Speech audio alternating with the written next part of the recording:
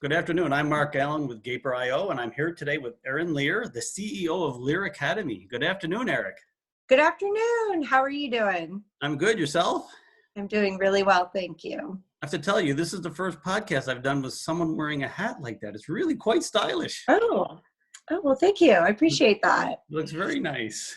So to Mhm. get started, can you share a brief background of yourself and your work experience? Sure. So, I grew up in aviation. My grandfather was the inventor of the Lear jet and Motorola. I kind of grew up, with Moya Lear, my grandmother, taking over Lear Fan and running that business out of the Stead Reno Airport hangar that we owned. And have just always had a great passion for aviation and pilots. And the innovation aspect of airplanes. And I also went into real estate, got my real estate license. I've dabbled in a lot of different investment opportunities. And most recently, I have come to realize that we really need more pilots.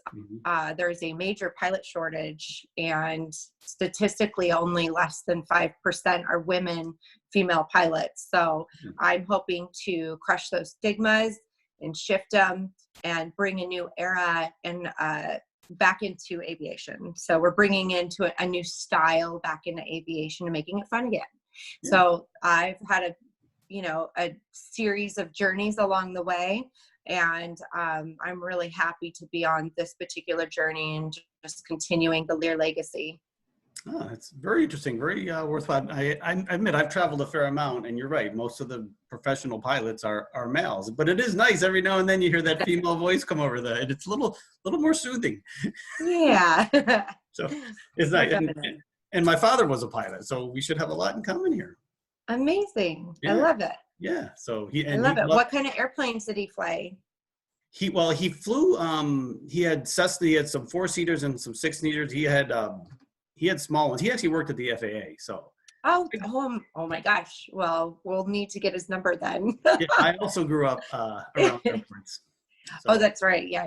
Yeah. So what has been your experience with remote employment, going on a different term, more my work, both as an employer and an employee? So as an employer, being remote, it's been interesting. I've been working a lot from my computer. And since we're in the startup phase, it kind of allowed us to kind of slow down and really catch up while we're kind of in this waiting period. I've been talking to a lot of venture capitalists and angel investors. We've been communicating back and forth and really working on, setting up our team properly and communicating to different people just regarding, setting that up. And I personally like it. I feel like I get more work done when I'm at home because I allow myself to really focus. When I'm not at the airport, I can just be here with my laptop and my dogs are here, and it's nice. I kind of feel like I actually get more done because I'm always around my computer. Yes, no, I know. I've worked from home for 10 years and I'm hearing more and more on podcasts, people saying I'm amazed that I get more done. And most people thought the opposite would be true. Yeah. And it's true. People are getting more done because unless you have little kids around, you have less distractions. Yeah.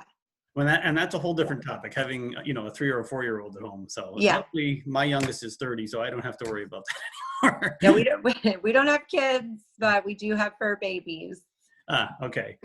So what do you think is the future of remote employment? And now that you're new to it, what do you think can be done differently to make it more effective? Well, I think we need more platforms like Zoom, but that are a little bit more protected. I feel that creating those live stream capabilities and business meetings are actually really safe and effective. So creating more platforms like that and more ways to communicate with your teammates, it's just, I think that that's really the most beneficial thing coming out of this. Yeah. And since you're an academy, you train pilots, correct? Yes. So have you looked at any remote training? Yes. Absolutely. So part of our school is going to have a lot of really user-friendly educational online platforms. We're looking into some VR. Mhm. We're kind of, still in the beginning stages of that, but we really think now more so than ever that that's going to be really desirable to more people coming out of this interesting historical time Mhm. to be able to take the ground schooling online with Mhm. also home VR sets that are affordable, and then doing the work that needs to be done in the actual airplanes and logging the hours at the Mhm. airport. Yeah, and I remember right. I mean, if I remember right, when my dad was going for his license, isn't it? I forget it was 1,000 or 10,000 hours in the air you needed. Do you remember? That's for a CFI and above in the commercial. We're looking like if you go down a little bit farther, Mm-hmm. we want to work with light sport license or do the license. Um, the way it works is it's first the light sports license and then your private, and then it goes up from there. Okay. Yeah, and he So did it's have. about like 60 to get your private. Oh, okay, that's great because he did get his commercial license, so Yeah, he actually had a freight business that he ran. amazing.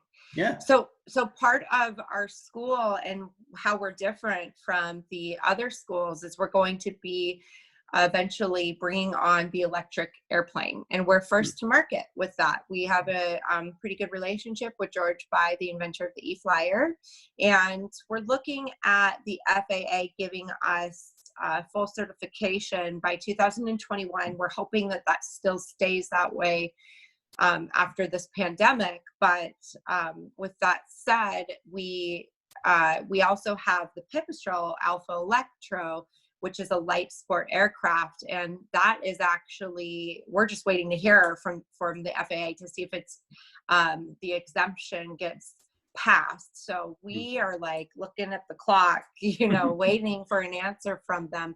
And when that hits, we'll hopefully be able to use it for our schools and training. As of right now, it's an experimental aircraft. It is from Slavia. I'm sorry, Slavia. It's from Slovakia? Slovenia. Okay. And that aircraft is an experimental aircraft right now and can be flown out in Fresno right now. And there's one in Compton, Hmm. at the Compton airport. And it's to really help kids get intrigued with the idea of having a pilot's license. And also the benefactor is also that it helps create a little bit more affordable for people to now obtain a license. So we're going to be, refreshing that information and making sure that people are aware. And the electric airplane is going to be that catalyst for us. Great. That's great news. So it's exciting. I know my It's, dad would love this. So yeah, it's a so new time. yes, it is. So what is the story behind Lear Academy and what's the journey been like? Well, the story behind Lear Academy is pretty interesting. Besides the fact of having, the Lear name and all that, the interesting factor is shifting people's perception from like it being expensive to, and also male dominant. So we feel that, this is just an amazing time, and we started about a year ago, and we kind of shifted from an actual academy, from an air taxi company, which is Uber and Lyft are all doing these companies that are short point-to-point distances to get around traffic at a cost-effective way. So that's going to be really scalable once these electric airplanes come out. Mhm. And the VTOL and electric airplanes are right around the corner. The time is, the next 3 to 5 years. So we really started with our air taxi company, and then just realized after all the research that we had done that we really need more pilots. Mhm. And I just got inspired, to be able to provide that outlet for women, for Anybody, millennials or younger generation that are interested in taking this journey, and you don't have to have a college degree. I mean, these are all things that I think that need to be reintroduced into, that market, and help people realize that, it's attainable, and it's doesn't even take like that long, depending on what what certificate you want to get.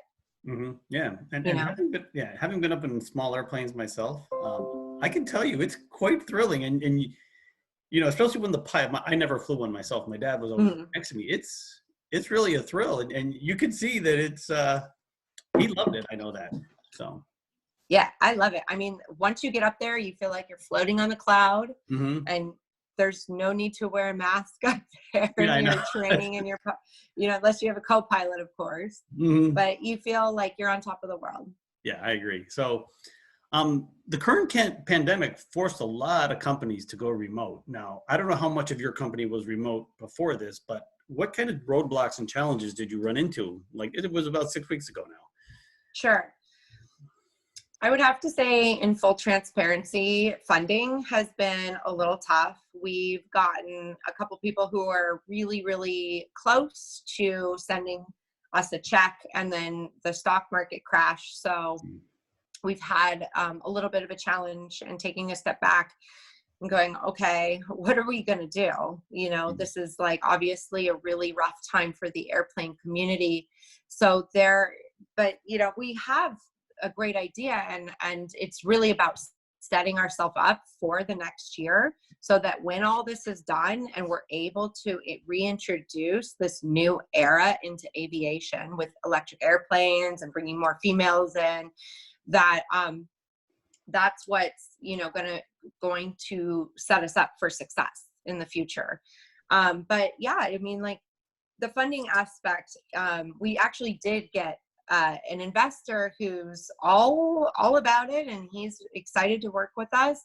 And but he was the only one. We had a couple other people, just get scared, and people are good. They're coming back around, but it's definitely something that's scary. When you see all these other airlines that are taking a dive in the industry for temporary reasons, it's scary, but I'm not as scared anymore. I really see the shift in a positive way. I think that our economy is going to bounce back more than ever, and it's actually, I've had also investors tell me I'm actually in a really good position.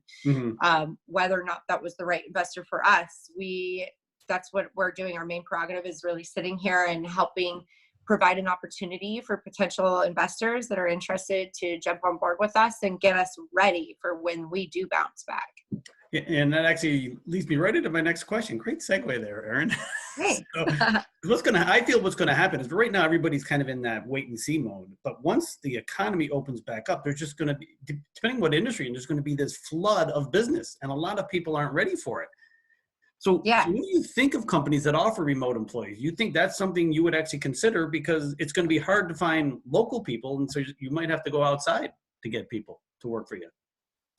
I think for anything administrative, I mean, our locations are, we're not huge chain corporations. So I'm not really worried about that, other than hiring people that, are able to do their jobs remotely. And I support that.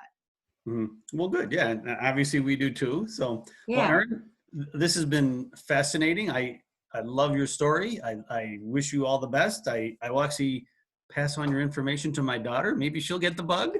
That would be interesting. Okay. I love it. Thank you. Following her grandfather's shoes, So, and I want to thank you for your time today. This has been great. Thank you. Appreciate it. Have a great day. You too.